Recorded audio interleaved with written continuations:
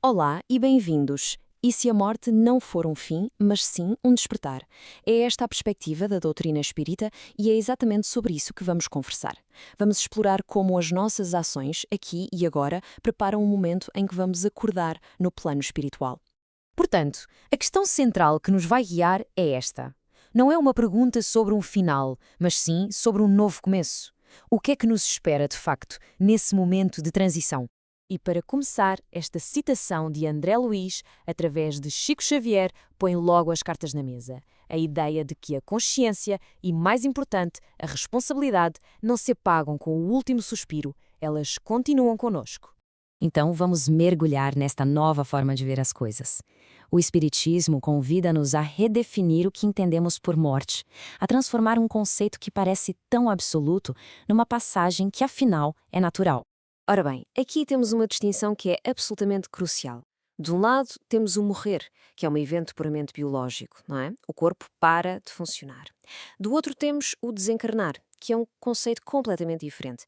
A libertação do espírito da sua embalagem física. A mudança de perspectiva é total. E é aqui que tudo muda. A desencarnação é vista como uma passagem, um passo natural na longa, longa jornada de evolução do espírito. Ou seja, não é um ponto final, é apenas uma mudança de etapa. A vida continua.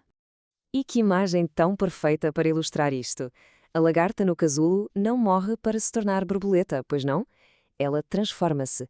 Da mesma forma, o espírito não acaba. Apenas se liberta de um corpo temporário para continuar a sua existência, completamente lúcido e consciente.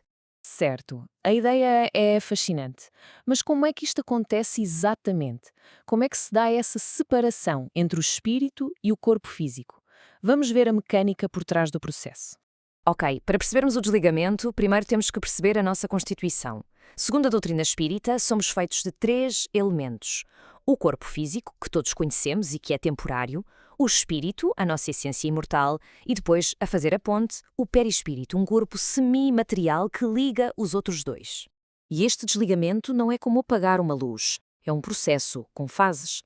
Primeiro, a separação, em que os laços que unem o perispírito ao corpo começam a afrouxar. Depois, a ligação mantém-se por um último fio, o chamado cordão de prata. E, finalmente, só com o rompimento deste cordão é que o espírito fica totalmente livre. E depois da libertação, o que acontece? O que é que o espírito sente? É aqui que entramos no estado que se conhece como perturbação espiritual, o momento do tal despertar para uma nova realidade.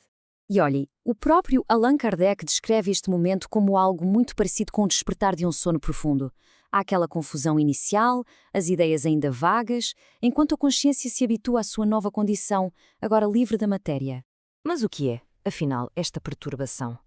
Bem, imaginem um estado de confusão, de torpor, logo a seguir à morte do corpo, e a sua duração pode variar imenso, de horas a anos.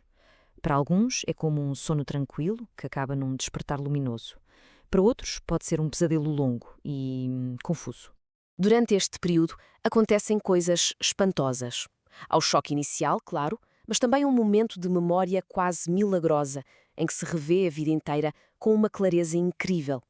E a duração de tudo isto depende diretamente da nossa elevação moral. Quanto mais desapegado da matéria, mais rápido se reconhece a nova realidade. E isto leva-nos a uma conclusão inevitável. A forma como vivemos aqui determina, diretamente, a forma como vamos acordar lá.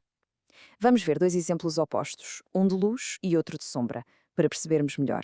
Primeiro, o umbral. E atenção, isto não é um inferno de castigo eterno, nada disso.